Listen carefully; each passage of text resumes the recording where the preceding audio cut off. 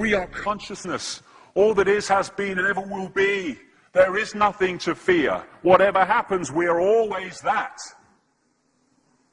Mind fears, because it's programmed to fear. When we're conscious, there's no fear in this. It's a shake of the head. Pathetic. Pathetic. Pathetic. And we need to do this. Compliance. We need to challenge that. Not with violence, not even with aggression. We just need not to fight it. We need to walk away, because without our acquiescence, it cannot survive. You know, when you look at a pyramid, we've been manipulated to believe the power in a pyramid is at the top. It ain't. The top of the pyramid is there because the rest of the pyramid's holding it up. We're holding this whole thing together. There's this story I told many years ago of a British comedian called Larry Grayson, who died.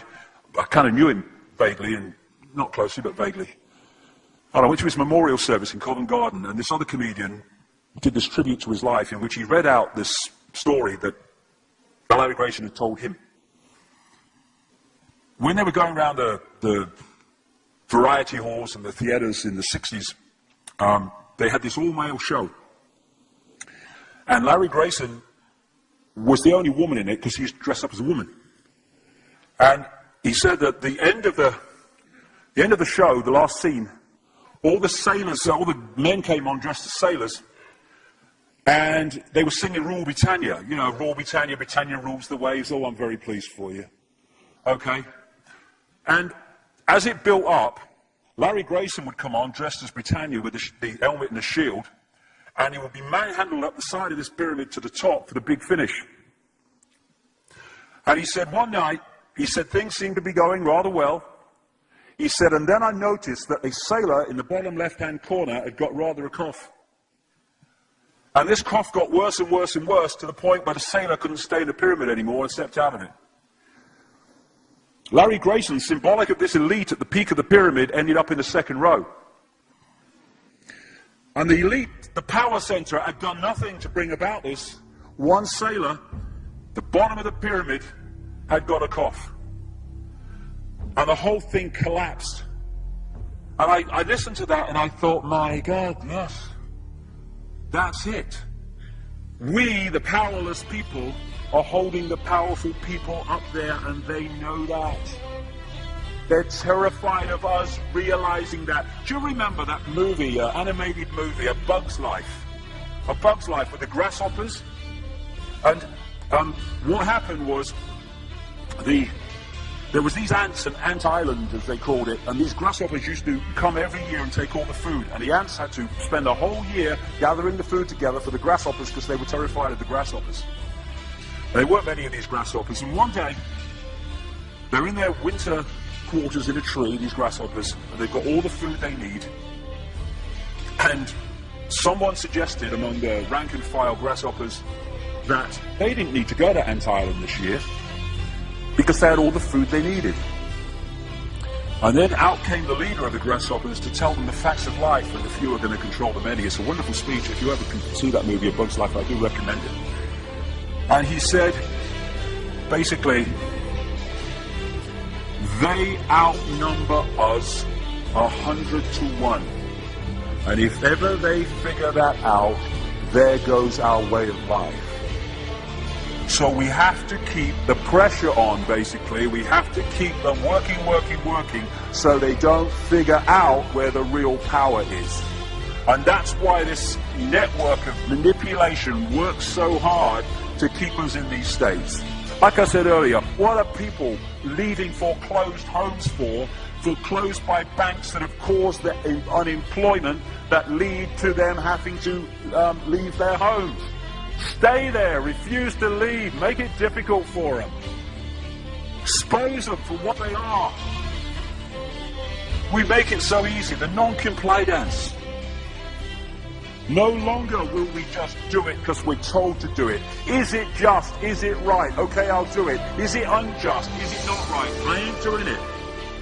We start to make the decisions on what we will and will not do based on our values and not some imposition from the dark suits.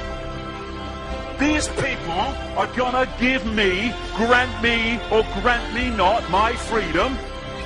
I'm all that is. You can't grant me freedom. No one can grant me freedom. I am freedom. It's what I am.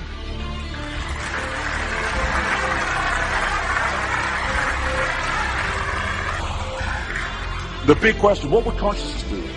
What would consciousness do in this situation? And when we ask that question, it really just changed the way we see the world. Not what would I do, mind, or frightened. What would consciousness do? You know, this is a great line. If it's not right, don't do it. If it's not true, don't say it. And what would transform this world overnight is if we started doing what we knew to be right in the situations we face, instead of what we think is right for us in the moment. Not what are the consequences for me, or what's the best thing for me, how do I get the best deal out of this? What is right? What is just in this situation? If we started making decisions based on that, the world would transform overnight. These are very simple things. If we want a world of peace, then we need to be peaceful. We don't need to fight for it. We just need to be peaceful, and we'll bring that about. If we want a world of kindness, we need to be kind, and then it will naturally unfold. We don't fight for kindness. As Martin Luther King said, it's a wonderful saying, piece of oratory. Cowardice asks the question, is it safe?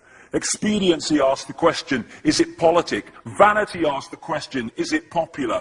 But consciousness asks the question, is it right? And there comes a time when one must take a position that is neither safe, nor politic, nor popular, but one must take it because it is right. And when enough of us do that, what is right will manifest by definition. And we're in this position now where this vibrational change, this energetic change is taking place, where we can start cracking these eggshells, where we can start becoming the full magnitude of who we are, where we can be consciousness in the now, using mind to experience this reality instead of being governed by it, turning the key to let consciousness in. We're being offered this opportunity now. No longer can we say we didn't realize who we are, we didn't know we could do that. I was kind of waking up one day, and I saw this earth imprisoned, and I saw this big lock and a key going in and being turned. I went on the internet just very shortly afterwards. I was looking for a picture, not this one, and that's what I saw.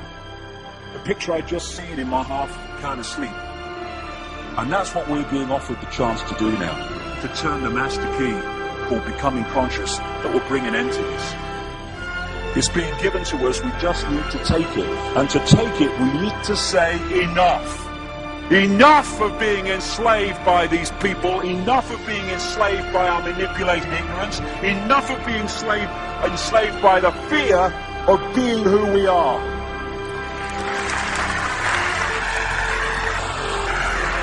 Enough! It is time to fly. It is time to fly. Thank you very much.